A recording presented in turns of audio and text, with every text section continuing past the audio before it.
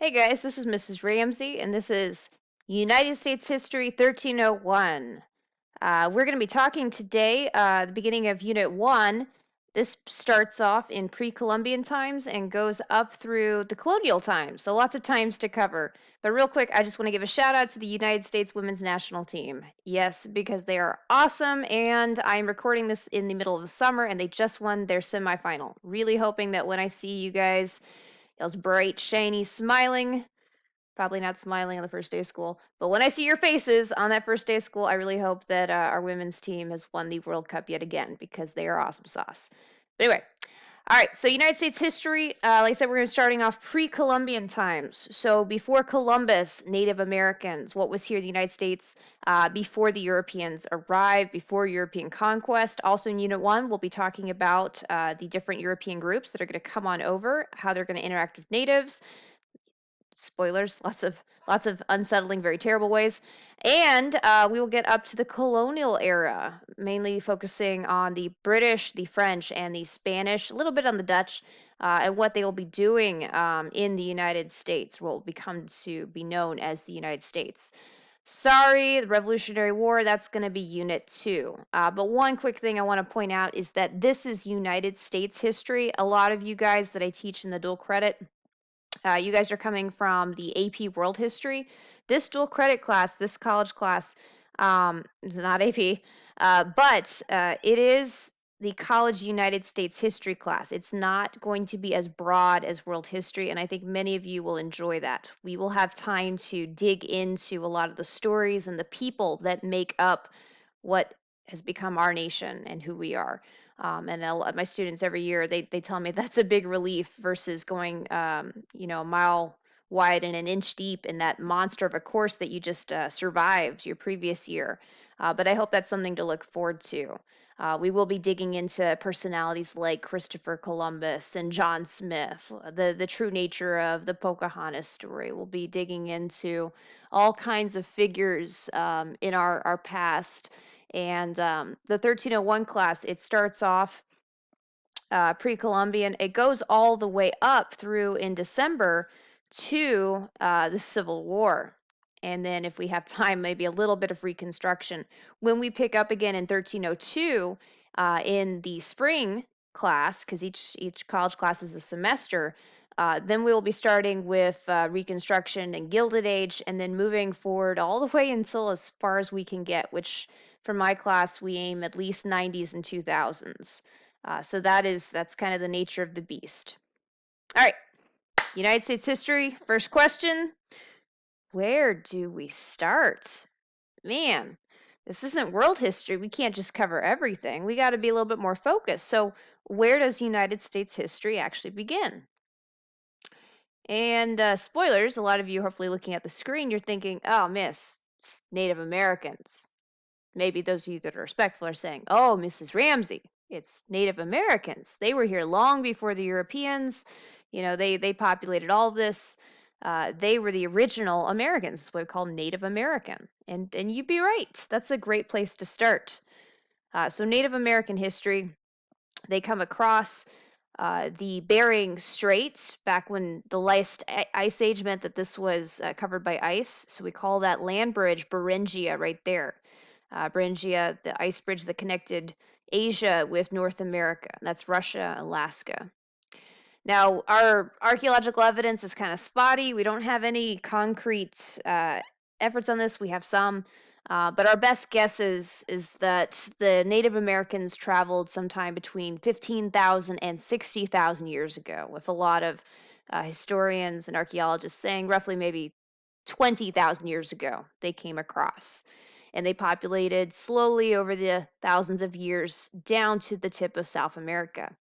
Interestingly enough, this prehistoric time, this time before written record, you also have some archaeological evidence that points towards other groups that might have come to the Americas well before Columbus, which we'll get to in just a minute. But besides the Vikings, spoilers, you're also going to have, some people, Gavin Menzies, excuse me, something in my throat, that claimed that maybe the Chinese had come all the way to America's East Coast. Some people believe maybe thousands of years ago, maybe even the ancient Phoenicians or the Egyptians who were capable with their naval technology, they could have come across. And then there is also strong evidence to support the idea that there were some Polynesians that had come across the Pacific in boats. We have some fruit evidence actually that shows that they might have come across, they might have sailed their boats down the coast of America and populated it that way. So there's lots of different theories, and we might never know for certain, but we do know that Native Americans, as we call them today, these indigenous hunter-gatherer nomadics, following herds of wild animals or going along the coast in search of food, that they were here long before Christopher Columbus in 1492. The Kennewick Man is a very interesting uh, figure. He is one of the oldest skeleton that has been unearthed, excuse me, in North America. And I just love the picture here. That basically in the 1990s, when they were doing facial reconstruction to try to get an accurate look at what he might have looked like, they did his face, and it kind of looked like Captain Jean-Luc Picard, if you know any Star Trek history. That was from the 90s show Star Trek: The Next Generation, which kind of tells you how old I am. But there you go, Patrick Stewart's lovely face. All right, so back to the question, where does our history begin? Because for Native Americans, you can't really say that the United States has been all about them. In fact, you could argue the opposite, that for most of our history, our government and many people in the United States have actually pursued an agenda that has been against Native Americans. We've hunted them, we have driven them off of our land, pushed them further and further west. Wars have been fought continuously, and then they've been driven onto reservations. So America has not been a country exactly for, of, and by Native Americans. So then who is America, by? What are our founding principles based off of? I mean, you go back to Europe for that. You go to England for the 13 colonies and for where we're going to borrow directly for aspects of our political theory. And you go to France and you go to Spain. Those are largely who we are predominantly based off of when it comes to those ideals. So for Europe, the first contact that we have strong archaeological evidence to support comes from the Vikings, actually. And the Vikings, this was a group from Scandinavia, from Norway. Here they had Viking kings. They populated the northern parts of Scotland and the Shetland Islands. They came across to Iceland and set up Viking colonies in Iceland, in Reykjavik. And Iceland actually is a beautiful place. It's very cold, of course, but it has a lot of geothermal activity, so it stays pretty warm. They have geysers, hot springs. They have waterfalls. It's a beautiful, beautiful island. Iceland is, and then Eric the Red was a Viking that came over to Greenland. He murdered a few people in Iceland, apparently, and escapes and sets up a Viking colony in Greenland in about 985. So keep in mind that's over 500 years before Columbus, and we're not done yet. So you have Vikings in Greenland, right next to the Canadian coast there. Okay, Eric the Red, and then his son, Leif Eric's son. See how Viking naming conventions work? Is going to be credited as the first Viking that will actually set up a semi-permanent colony in North America. We don't know exactly where it was, the Lawns Ox Meadows site, where we do have Viking longhouses and other Viking artifacts for certain. That was more of a temporary fishing village or crossroads for trade. The Vinland settlements that Leif Erikson established somewhere maybe in Labrador or Newfoundland, we're not quite sure, but there is records of a Vinland. We have these records in the Viking sagas and in their archaeological evidence. There's some really interesting stuff in the Viking sagas that hopefully we'll get a chance to dig into. But the main reason that your textbooks and even in this class, we don't spend a whole lot of time on the Vikings, even though they are super interesting, is that they did not stay, right? Christopher Columbus, he comes over here in four separate voyages. He comes back to Europe after each one, and he tells everybody, hey, look what I found. He even brings back some Native Americans and parades them like wild beasts and says, look what is there in the New World. And of course, exciting everybody with prospects of gold, even though that is going to be largely unfounded. Um, but when he goes to America, everybody knows and everybody's going to follow. When the Vikings go to North America, they don't stay. The Vinland settlement is there, populated for a few years, and then there's, according to the sagas, some terrible run-ins with the Native Americans. The Vikings and the natives clash, and eventually the Vikings just pack up, go back on their longships, and go back to Greenland and Iceland and Norway. So they don't stay, and that's why they're not as big a focus. Columbus has an immediate impact. We call the Columbian Exchange, after Christopher Columbus, and that will forever change the world. But I like thinking about geography, and I wish you guys had more geography in y'all's curriculum. It is really important to see maps and see where things are, because that sets up, how we live. And as far as why the Vikings were able to get over to North America from Europe 500 years before Columbus, it's pretty obvious, right? Like, this was a very easy route to jump from island to island, and then, oh, look what we found. And they had no idea how vast it was, of course.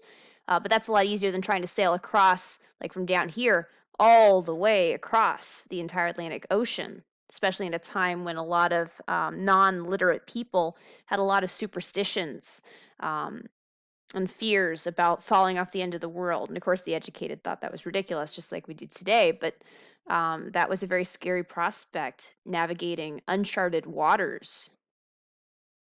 These are think, pair, share questions. We will probably use those in class, and they will be worth points for your journal entries. Sometimes we might have them in lecture, kind of break up the monotony, but I've been using these for journal entries. So there you go. Spoilers. Nice. Okay. The last thing I want to cover in this first lecture are going to be some common misconceptions about Native American groups. And the first one is that a lot of people think, oh, Native Americans. There you go. Well, what do you mean Native American? That's like saying Europeans. There's English, there's French, there's Dutch, there's Spanish, there's Italian, there's all different sorts of Europeans, right? Well, same thing with Native Americans. Even if we're talking about those Native Americans that existed back before Columbus in the continents of the United States, the lower 48 states, well, which tribe are you talking about? You have the Powhatan people that were in Virginia. You have the Cherokee that are in the southeast. You have the Chinook that are up in the northwest. You have the Anasazi that are in the southwest. You have the Apache and Comanche that are, in the Texas Great Plains, Southern Great Plains area. Like, which Native American group are you talking about? There's hundreds of different Native groups, and all lived very different lifestyles based on the geography of their land. Now, what did they lack? They lacked written language. And that is unfortunate, because as historians, that's one of the major ways that we know about things that happened long before we were alive, is through written record. And none of the Native American groups, to our knowledge, that lived in the United States before Columbus had a written language. There is some form of pictograph, hieroglyphic like writing that the Aztec had in Mexico, and the Mayans had. But those in the United States had no written language, which is unfortunate. We only have the European side of the story when it comes to written language. They lacked horses. That is a very important concept, and not just because your teacher, Mrs. Ramsey, myself, is crazy about horses. I love them. Spoilers. If you look around my classroom, you probably see like 1,000 horses. But the horse, if you think about it, is intrinsically tied to those Native American tribes that lived on the Great Plains. The Comanche, the Apache, the Cheyenne, they are defined as that picture right there, hunting buffalo on horseback. And they couldn't do that before Europeans arrived, because horses had been hunted to extinction in North America. The horse actually began as a species in the Americas. thousands of years ago, and it was hunted and would have died off, except for some horses had done a reverse migration. They went that way across the Bering Straits, populated Asia and Europe, and eventually became domesticated, and ironically, come back to conquer the Americas with the Europeans. But that is not the end of the story of the horse and the natives. More to come.